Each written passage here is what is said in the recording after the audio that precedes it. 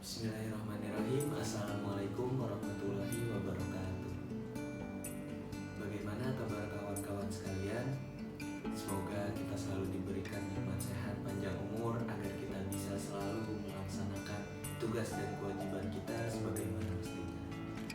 Baik, sebelumnya perkenalkan saya Firial Aulia Rahman, mahasiswa aktif semester 6C dengan NIM 111902100000106, program studi Bahasa dan Sastra Arab, Fakultas Adat dan Humaniora, UIN Syarif Hidayatullah Jakarta.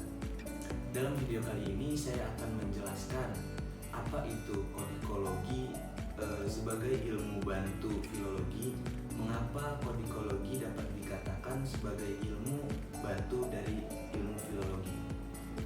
Adapun video ini saya buat guna melaksanakan atau menuntaskan persyaratan tugas ujian tengah semester dari mata kuliah kodikologi, program studi Bahasa dan Sastra Arab, Fakultas Adab dan Humaniora UIN Syarif Hidayatullah Jakarta yang diampu oleh dosen kita tercinta Bapak Muhammad Nidal Fadlan MU.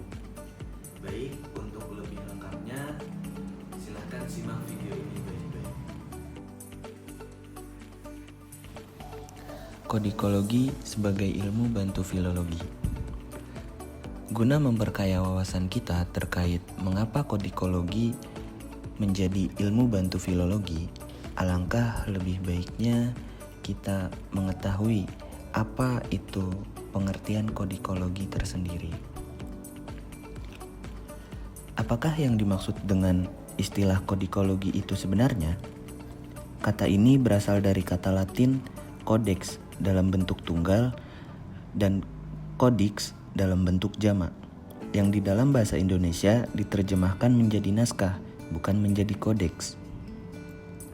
Dahulu, kata kodeks atau kodeks dalam bahasa Latin menunjukkan bahwa ada hubungannya dengan pemanfaatan kayu sebagai alat tulis.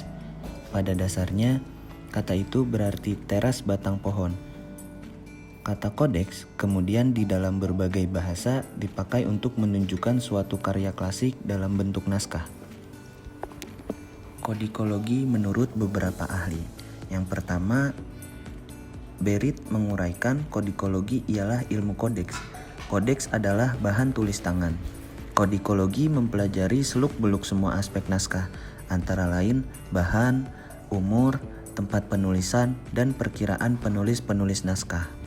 Untuk yang kedua, Hermans dan Huisman menjelaskan bahwa istilah kodikologi diusulkan oleh seorang ahli bahasa Yunani, Alphonse Dain, dalam kuliah-kuliahnya di École Normale Supérieure Paris pada bulan Februari 1944. Dain sendiri menjelaskan bahwa kodikologi ialah ilmu mengenai naskah-naskah dan bukan ilmu yang mempelajari apa yang tertulis di dalam naskah. Ditambahkannya pula bahwa walaupun kata ini baru, ilmu kodikologi sendiri bukanlah ilmu yang baru. Selanjutnya, dikatakannya bahwa tugas dan daerah kodikologi antara lain ialah sejarah naskah, sejarah koleksi naskah, penelitian mengenai tempat naskah-naskah yang sebenarnya, masalah penyusunan katalog, penyusunan daftar katalog, perdagangan naskah, dan penggunaan naskah-naskah itu. Kemudian, filologi sangat berhubungan dengan kodikologi dalam usaha penyelamatan dan pelestarian naskah kuno. Jika filologi mengkaji naskah kuno mengenai isi kandungan naskah kuno tersebut, maka kodikologi mengkaji naskah kuno dari segi fisiknya, dan ini merupakan perbedaan dari filologi dengan kodikologi.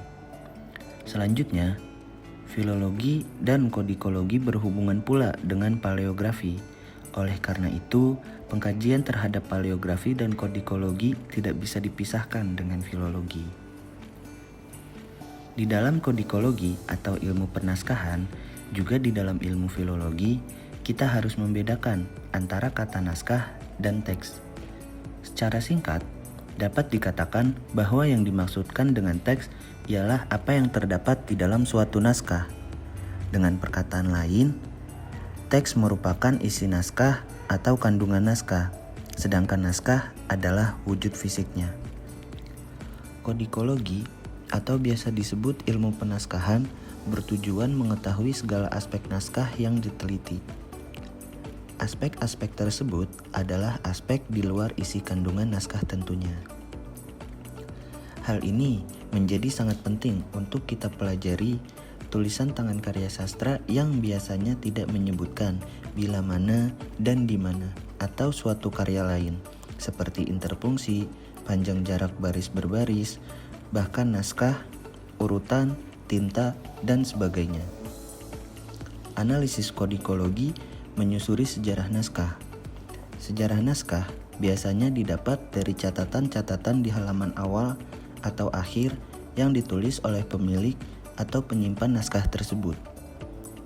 Untuk fisik naskahnya, yang dilihat adalah panjang, lebar, ketebalan naskah keseluruhan, panjang, dan jumlah halaman yang digunakan untuk menulis, dan bahan atau media naskah tersebut.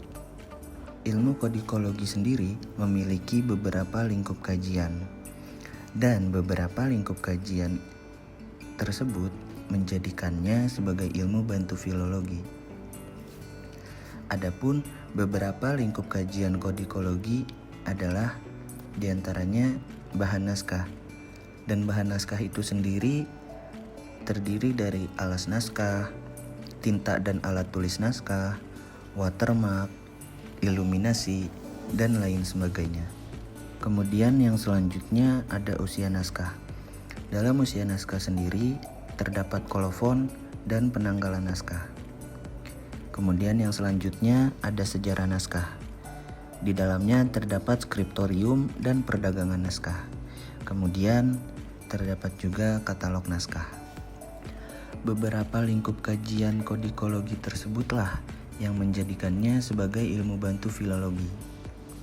Dan hal tersebut sangat memudahkan para filolog guna mendeskripsikan suatu naskah yang sedang ia teliti. Dan pada kesempatan kali ini saya akan menjelaskan sedikit dari beberapa lingkup kajian ilmu kodikologi itu sendiri. Dalam lingkup kajian kodikologi ada yang dinamakan dengan bahan naskah. Dan bahan naskah itu sendiri merupakan sesuatu yang dipakai untuk diterapkan suatu benda atau lambang, umumnya bagian permukaan dari suatu bahan tertentu. Dari bahan naskah tersendiri terdapat alas naskah.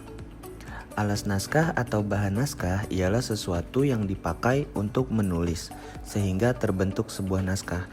Contohnya daun lontar, bambu, kertas Eropa, dan lain-lain. Kemudian yang selanjutnya ada tinta dan alat tulis naskah. Tinta dan alat tulis naskah merupakan bahan yang digunakan untuk menulis sebuah naskah, dan ini merupakan faktor penting dalam penulisan sebuah naskah. Dan untuk ruang lingkup kodikologi selanjutnya ada usia naskah. Usia naskah merupakan sesuatu yang diteliti oleh para kodikolog. Di antaranya atau para kodikolog menentukan usia naskah dengan aspek kolofon. Kolofon dalam dunia percetakan atau pembuatan buku dapat berarti pemberian singkat mengenai catatan, penerbitan atau produksi yang relevan dengan edisi tersebut. Dalam buku-buku modern biasanya ditempatkan pada bagian verso halaman judul, tetapi kadang kala juga ditempatkan di akhir buku atau tanda percetakan atau logotype. Salah satu pakar yang bernama Baroroh pada tahun 1994 mengatakan bahwa naskah diartikan sebagai karangan dengan tulisan tangan yang menyimpan berbagai ungkapan pikiran dan perasaan sebagai hasil budaya bangsa masa lampau. Kafani bihaza, syukran jazilan ala husni ihtimamikum wastima'ikum. Mungkin sekiranya ini yang bisa saya sampaikan terkait kodikologi sebagai ilmu bantu filologi dan menjadikannya alat untuk mempermudah para filolog guna mendeskripsikan suatu manuskrip. Adapun jika dari kawan-kawan sekalian ada yang ingin ditanyakan, sangat amat dipersilahkan.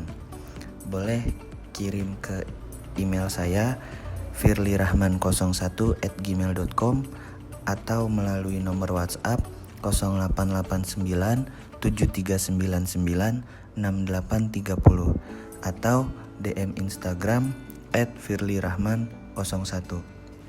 Taib, akhirul kalam, ungzur maqala walatang zurman kola walatan saman ana. Billahi taufiq wal hidayah waridho wal inayah. Wassalamualaikum warahmatullahi wabarakatuh.